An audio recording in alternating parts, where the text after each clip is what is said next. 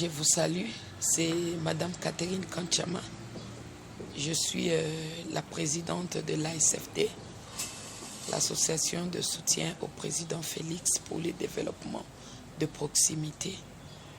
On ne peut pas vraiment rester sans réagir au discours de l'ancien gouverneur. Je le dis bien, l'ancien gouverneur, parce que comme vous le savez, on a déjà plus de 3 mois depuis qu'il n'est plus aux affaires. La sincérité nous oblige d'abord d'accepter qu'il n'est plus gouverneur de cette province. Et son acharnement sur d'autres acteurs politiques. On dit toujours, tout ce que nous faisons nous rattrape. On va se rappeler ensemble avec vous que lorsqu'il avait fait son meeting devant les gens de l'Union sacrée, je pense qu'il n'y avait pas des Dani Kabongo, des Dani Banza, tous ces gens-là. Il n'y en avait pas. Je continue encore à vous rappeler, lorsqu'il avait disparu dans cette province et qu'il a laissé, il a fait la politique de chaises vides. Ce n'est pas ces gens dont il cite qu'il avait demandé de disparaître. Et je l'ai toujours dit, comme vous le savez, moi je suis une Congolaise, une patriote. Je suis pour le bien-être de la population. Dès le début de son mandat, il a œuvré à titre des chauves-souris.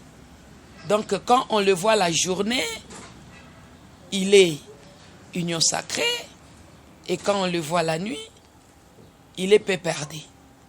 Comme vous-même vous le savez, il a juste eu à changer de nomination pour mieux se caser, passant de PPRD à ARDEF.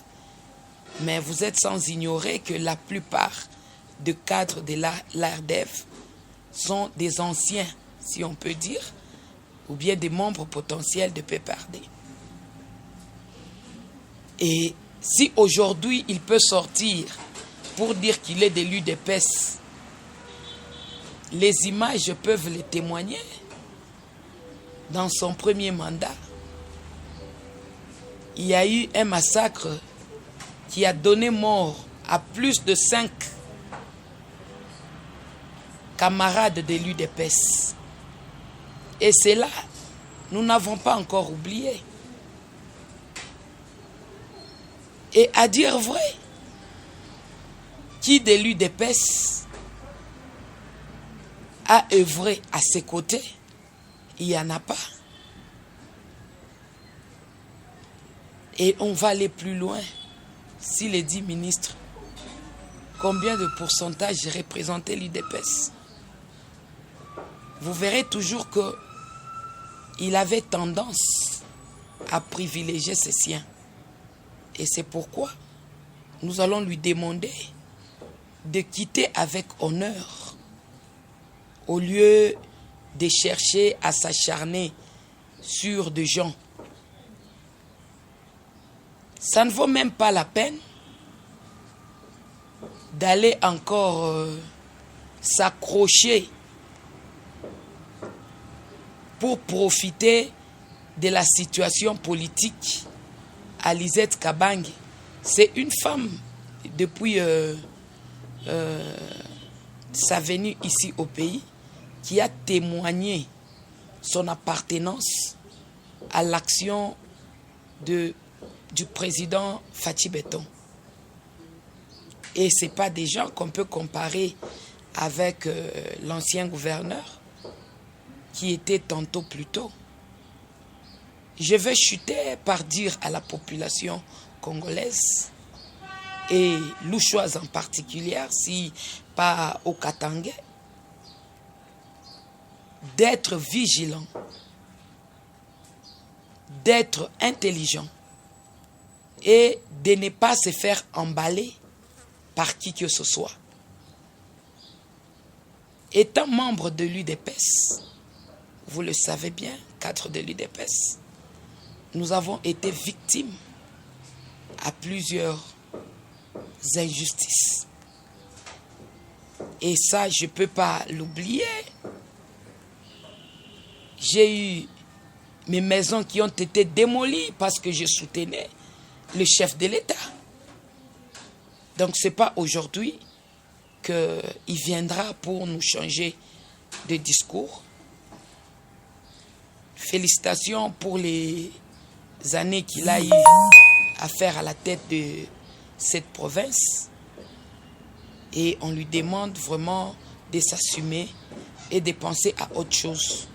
Parce que ici, nous avons déjà un gouverneur intérimaire que nous soutenons,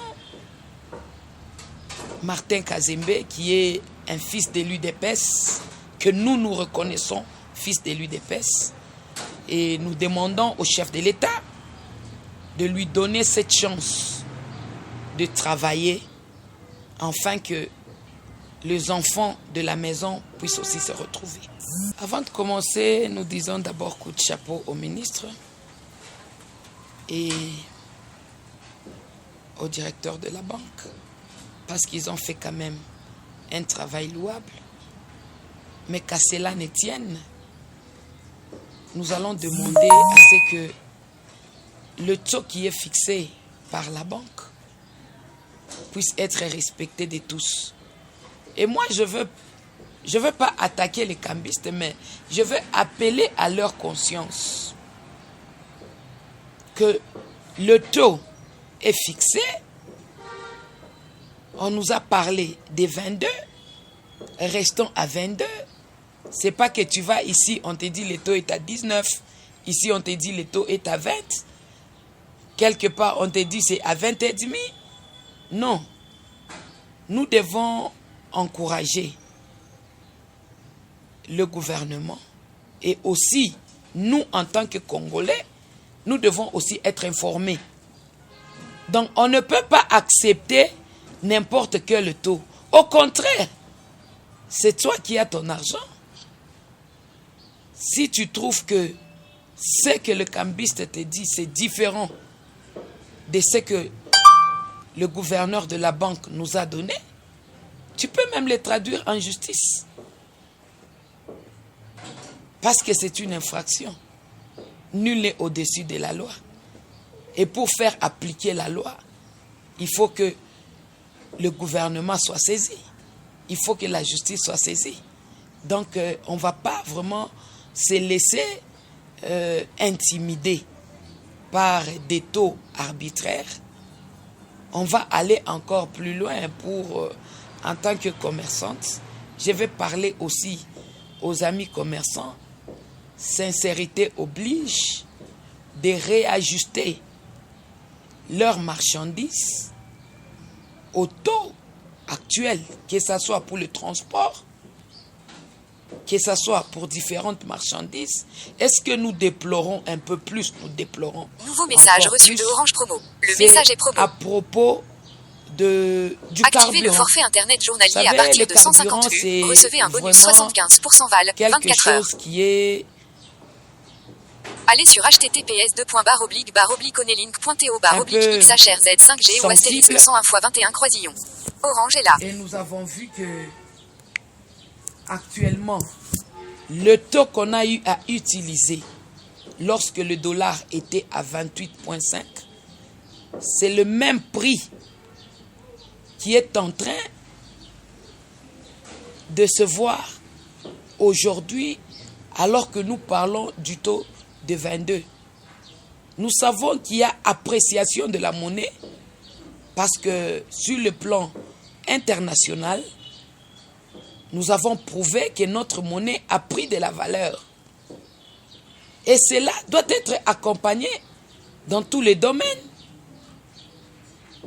Comment voulez-vous que les denrées de première nécessité et encore plus les transports puissent diminuer si nous avons un carburant qui reste toujours au taux de 28,5. C'est bien de faire chuter les taux, mais c'est mieux de faire la suivi afin qu'il puisse y avoir, je peux dire, l'équilibre du pouvoir d'achat. Parce qu'aujourd'hui, nous nous retrouvons par rapport à l'indice international, la marchandise qui coûtait $10 sera aujourd'hui achetée à $13, $14, $12,5. Donc, du point de vue consommateur, nous ne voyons pas cette baisse. Au contraire, c'est une hausse pour nous. Donc, nous demandons aussi aux services compétents de faire la suivi afin que la marchandise puisse être vendue au taux qui est sur le marché. Et je veux conclure par le braquage de la banque. J'ai été vraiment très affectée en tant que femme, en tant que mère, par l'attitude de nos militaires, de nos policiers. Nous avons toujours vu des hommes être arrêtés pour des criminalités diverses, pour des infractions diverses, mais on n'a jamais vu un homme déshabillé sur les réseaux sociaux. Et ce qui a été fait, ça nous rappelle les atrocités qu'on est en train de vivre jusqu'aujourd'hui à l'est du pays. Et si cela doit se déporter aussi, que ça devienne comme une situation normale dans notre capitale, je trouve que les services compétents doivent s'élever et trouver des sanctions adéquates, que ce soit aux policiers ou aux militaires. Ils doivent être sanctionnés et répondre de leurs actes. Parce que le corps de la femme est sacré. Et ce n'est pas parce qu'il y a eu infraction qu'on a le droit de dénuder la femme. Moi, en tant que femme, et toutes les femmes derrière moi, nous avons été déçus.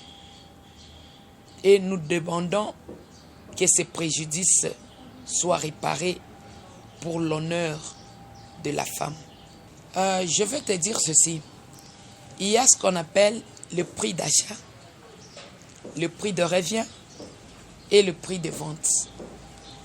Le prix d'achat, nous savons que pour le produit importé, c'est un prix qui est défini en dollars.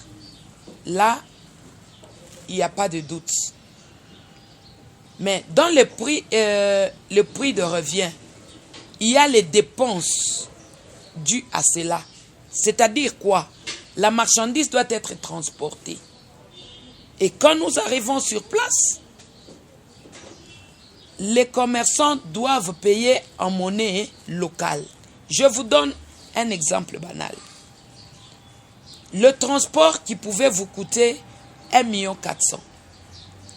Lorsque le dollar était à 28,5, ce transport-là était l'équivalent de 490 dollars. Mais aujourd'hui, ce même transport reste de 1,4 million, mais le taux de dollar est à 22, 21. On part même pour dire des gens qui peuvent changer à 20. C'est-à-dire, le 1,4 million qui pouvait équivaloir à 490 dollars, aujourd'hui, le commerçant doit débourser 700 dollars pour le transport de la même marchandise.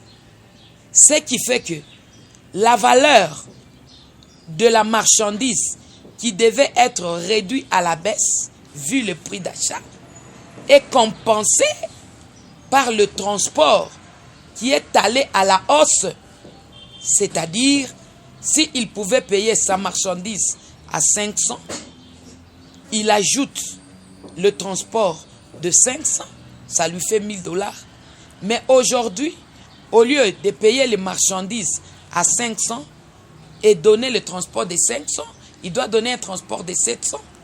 Ce qui fait arriver la marchandise à 1200. Et les 1200, si on les rabattait au taux actuel, je peux dire par exemple, si les taux étaient de 100 francs, mais aujourd'hui, avec le taux actuel, la marchandise va se vendre à 120.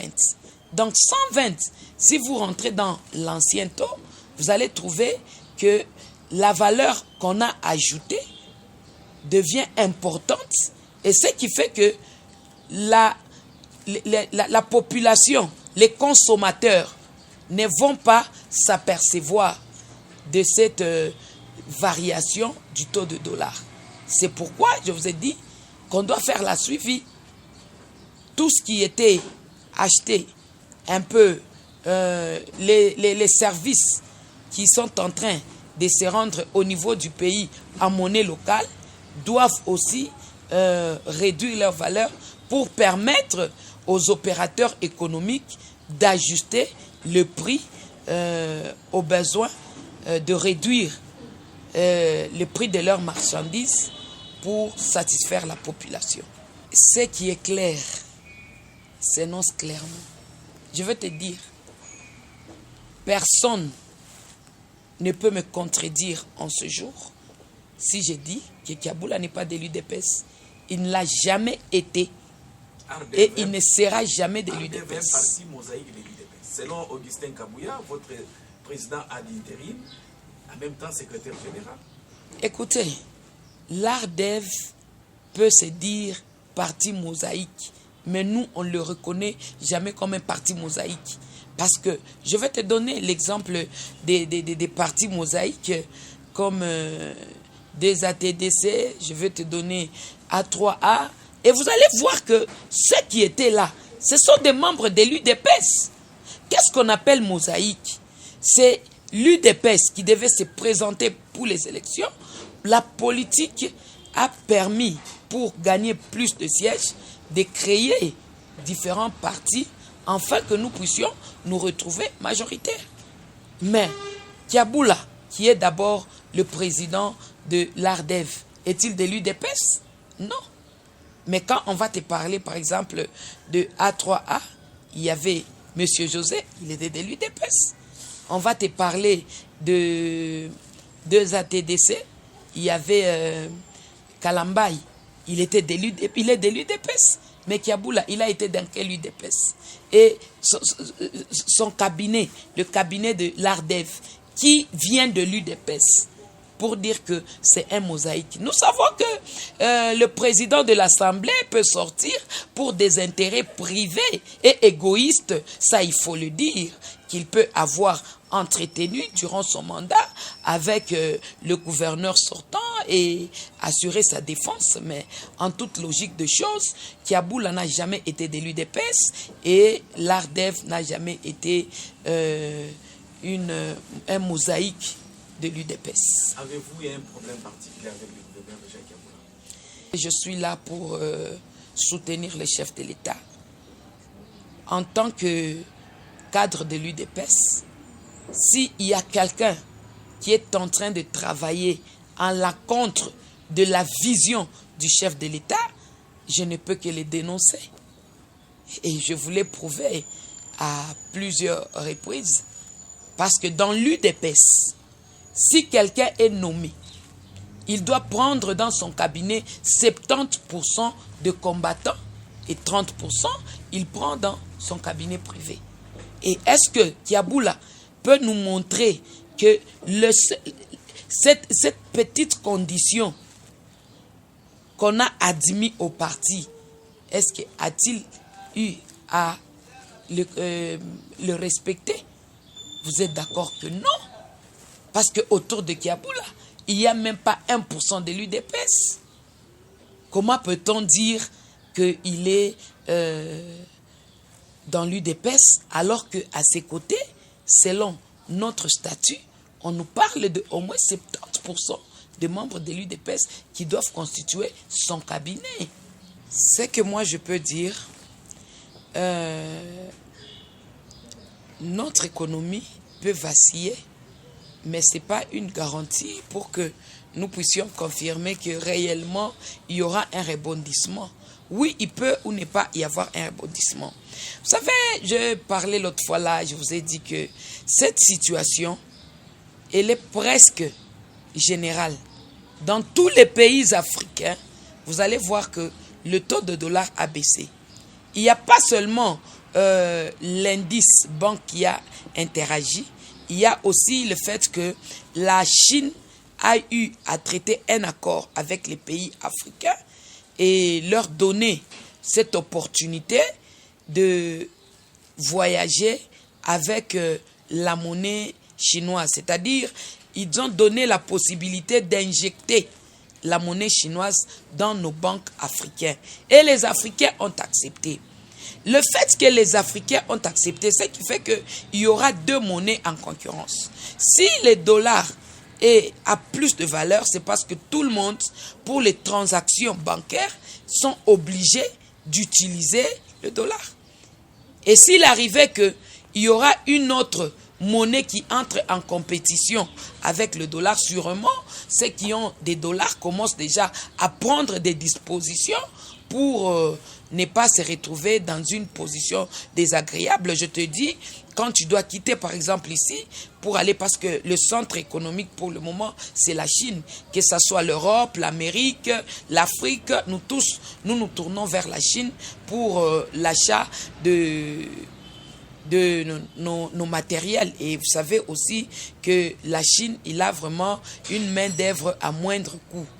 Alors, si les gens pouvaient prendre leur monnaie, tous ceux qui vont en Chine pour payer leurs marchandises ne vont plus faire cette transaction de la monnaie locale en dollars et de dollars en la monnaie chinoise. Cela permettra que les transactions puissent se passer et le dollar sera moins utilisé. C'est parmi l'une des causes de la chute du dollar, parce que en Zambie, il y a chute de dollar, en Afrique du Sud, en Tanzanie, Zimbabwe, partout ailleurs, il y a chute de dollar. Ça, c'est un premier point.